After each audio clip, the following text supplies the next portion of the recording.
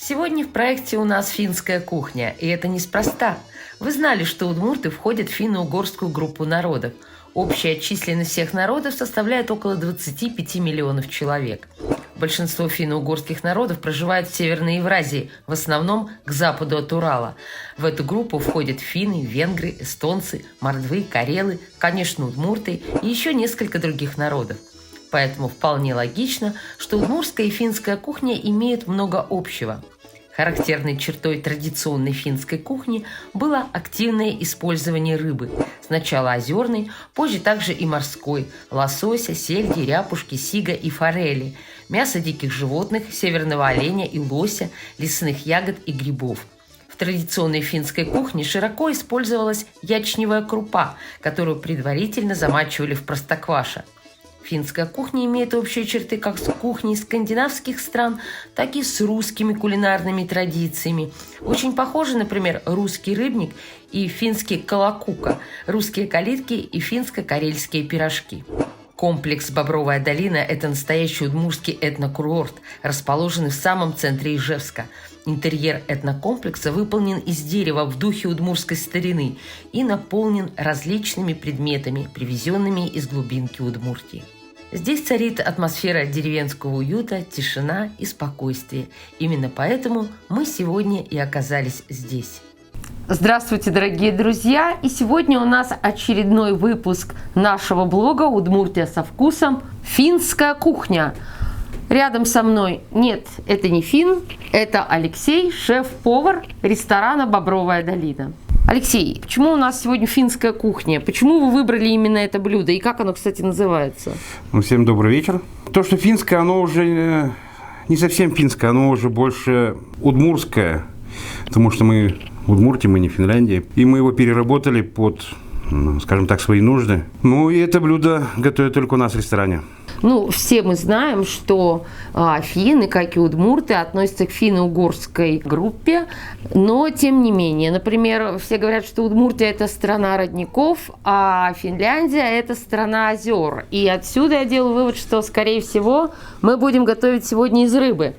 Да, блюдо у нас сегодня рыбное, причем из двух видов рыбы – корюшка и кита. И что же мы будем готовить из этого? Сегодня мы будем готовить финский пирог колокука, что в переводе на русский рыбный петух. Рыбный петух? Да. Не знаю, почему финны так назвали, рыбный петух. Но вот два вида рыбы, при этом у нас еще используется сало и сливки. Ну, для начала начнем с теста. Угу. Тесто у нас используется пресное, ржаное. Здесь у нас два вида муки, ржаная и пшеничная. Соотношение примерно 1 к 2. То есть на одну часть ржаной муки мы берем 2 части пшеничной. Да. Туда добавляются яйца? Нет, это пресное. Это пресное мука, тесто. вода и растительное масло. Ну, соответственно, соль. Зато начинка у нас получается достаточно жирная и нажористая, как говорится. Да. Здесь у нас корюшка, кита, свиное сало, жареный лук и сливки 33%. Прекрасно. Ну и подаваться это все будет с куриным бульоном на огуречном рассоле и зеленым луком. Ну, до этого мы еще дойдем, но уже явно что-то происходит очень интересное. Так, с чего мы будем начинать? Ну, тесто мы уже замесили, тесто у нас уже готово. Мы будем делать начинку. Мы берем сало, нарезаем его. Обычными ломтиками? Нет, это для начала только ломтиками. Для начала ломтиками. Потом мы его еще вот так. И достаточно такими небольшими, не маленькими кубиками. Ну, маленькие у нас кубики получаются. Где-то 5 миллиметров кубик ну, получается. где-то, да, примерно. Не очень мелко, но и не очень крупно. Да, даже если нарежете покрупнее, хуже точно не будет. Включаем плиту. Скажите, Алексей, это вот уже ваша авторская интерпретация этого блюда, да? Ну, это переработанный, или, можно сказать, доработанный рецепт финского блюда. Потому что финский пирог в его оригинале, он готовится от 8 часов. Здесь мы готовим его, ну, буквально за 30-40 минут. Вот я не люблю готовить такие блюда, когда приходится по 8 часов стоять у плиты. Ну, там, на самом деле, процесс томления в печи достаточно долгий. Он стоит. Это у них блюдо рождественское. Сало делаем такие шкварочки. Шкварочки. Но не до конца мы его жарим, чтобы оно начало только становиться прозрачным. Топиться чуть-чуть, Да, топиться. да? Вот уже прекрасно, я так вижу, оно выглядит, да? Так, лук. Добавляем жареный лук уже. Заметьте, для этого рецепта нам понадобится уже заранее жареный лук. Ну, это вот он уже у нас рецепт такой, что мы делаем его не с сырым луком, а с жареным. Гораздо быстрее, проще. Ну, потому что здесь ресторан, соответственно, есть заготовки. Ну, вы точно такие же заготовки в виде жареного лука можете делать самостоятельно. Легко, да. Мы его больше прогреваем уже лук с салом. Добавляем сливки. Ну, примерно сколько у нас здесь? 50 миллилитров, 50, наверное, да, миллилитров. Все, они у нас закипели. Все выключаем. У нас получилась такая сливочная Сливочная жирненькая масса. луковая да. масса, да. Все, теперь она сейчас маленько остынет, пока мы занимаемся рыбой. Так. Это корюшка, чтобы все видели, как она выглядит. Здесь она у меня уже порезана. Нам остается только порезать киту. Киту мы тоже режем такими Кубиками. кубиком. Ну, примерно 1 сантиметр Алексей Да, это нарезает. чуть покрупнее, чем сало. И примерно такого же размера, как корюшка, наверное, да? Корюшка чтоб- чуть покрупнее будет. А где, кстати, продают корюшку? Может ли у нас обычный живчанин найти эту корюшку в городе, в магазине? Корюшку продают сейчас в магазинах в разных. То есть в это не рыбных. проблема найти такую Нет, рыбу? это совсем не та рыба, которая что вот дефицитная. Добавляем корюшку. Добавляем рыбку. Ну, я не знаю сколько. Наверное, мы грамм 200, наверное, Ну, рыбы. То тут и у нас другой на 2 пирога получается где-то на один пирог, где-то грамм по 50. рыбы. Да, ну у нас пирожок маленький будет на одну порцию. Как говорится, этот пирог рыбы уже не испортишь. Главное придерживаться правила, что 2 вида рыбы, лук, сало и сливки. И чтобы начинка из пирога-то уж совсем не выпадала, так ведь? Ну почему? Это как раз... Хороший тон, да, хорошие да, хозяйки. Мы что-то будем прогревать здесь, да? Нет, все, у нас начинка, вот мы добавляем чуть-чуть перца, Так. соль.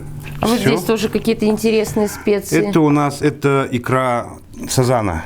Ух ты! Об этом я первый раз слышу пока. Это у нас будет для бульона к пирогу. Ну вот у нас начинка готова. Оставляем ее немножко в стороне. И переходим, собственно, Уже непосредственно к тесту. вот примерно тут 150 грамм Да, на вот порцию. такие вот примерно у нас сделаны, можно сказать, Шайбочки, такие колобочки. шайбочки, да. Да. Мы отщипываем буквально тут чуть-чуть. Это на крышечку. Да, сейчас... Пирог будет с крышечкой? Да. Ничего себе. То есть делаем такую лепешку и раскатываем до такого размера. Ну, наверное, где-то, скажем так, у нас, если в диаметре сантиметров 12-15, да. Вот такой Достаточно, вот достаточно пирог. толстая, чуть потолще миллиметра. Ну и теперь выкладываем нашу начинку.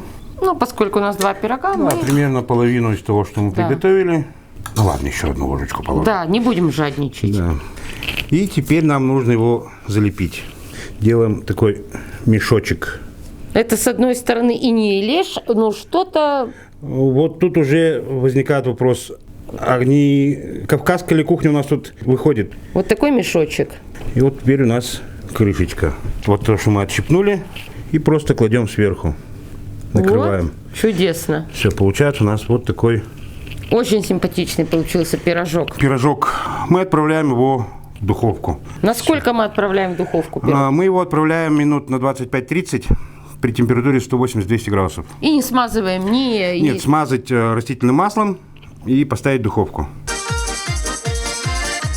Ну, а теперь мы уже, так я понимаю, готовимся к подаче, да? То есть нам... Да, пирог у нас уже выпекается. Сейчас мы будем готовить запивку для пирога или пирог считать заедой для бульона. Бульон с пирожком – это же классика жанра. Но здесь будет у нас какой-то необычный бульон. Да, у нас это русское блюдо, так называемое калья или калья.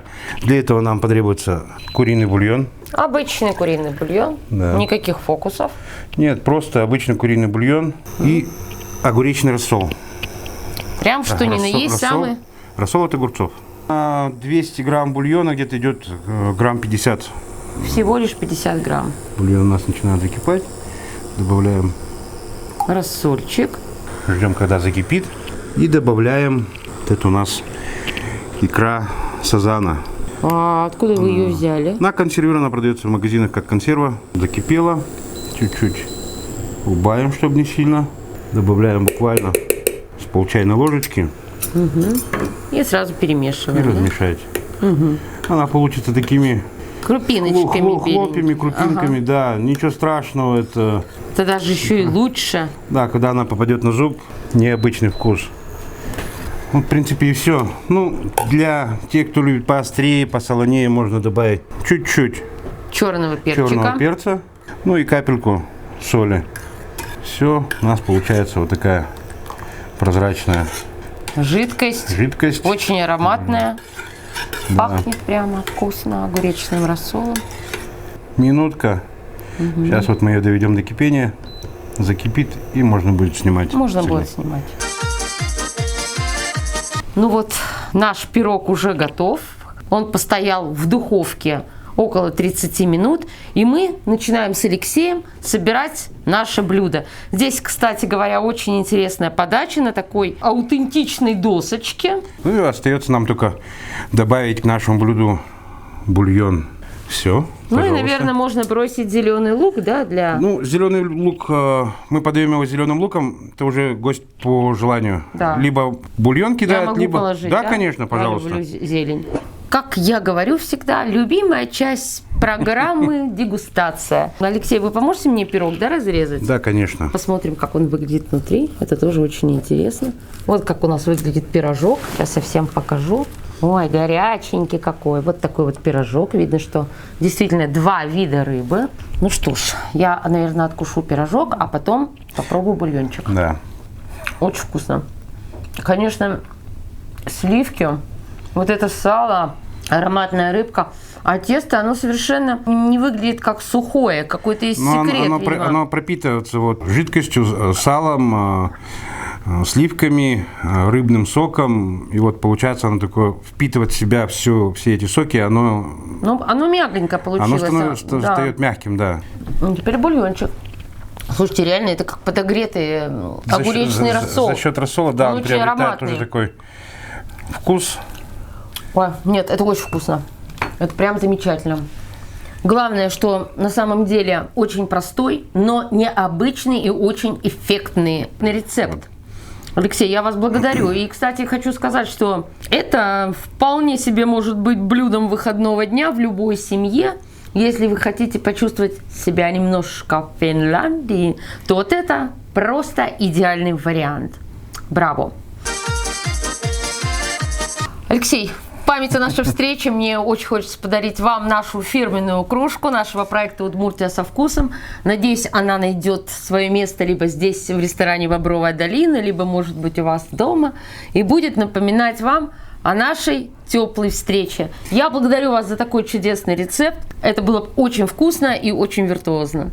Спасибо. В свою очередь хотел бы пригласить вас всех к нам в гости. У нас есть не только финский пирог, но и много разных вкусностей. Добро пожаловать к нам в Бобровую долину. Наша команда благодарит этнокомплекс «Бобровая долина» за помощь в организации и проведении съемок. А мы отправляемся дальше за новыми кулинарными впечатлениями и рецептами народов, проживающих на территории нашей республики. До новых встреч, дорогие друзья!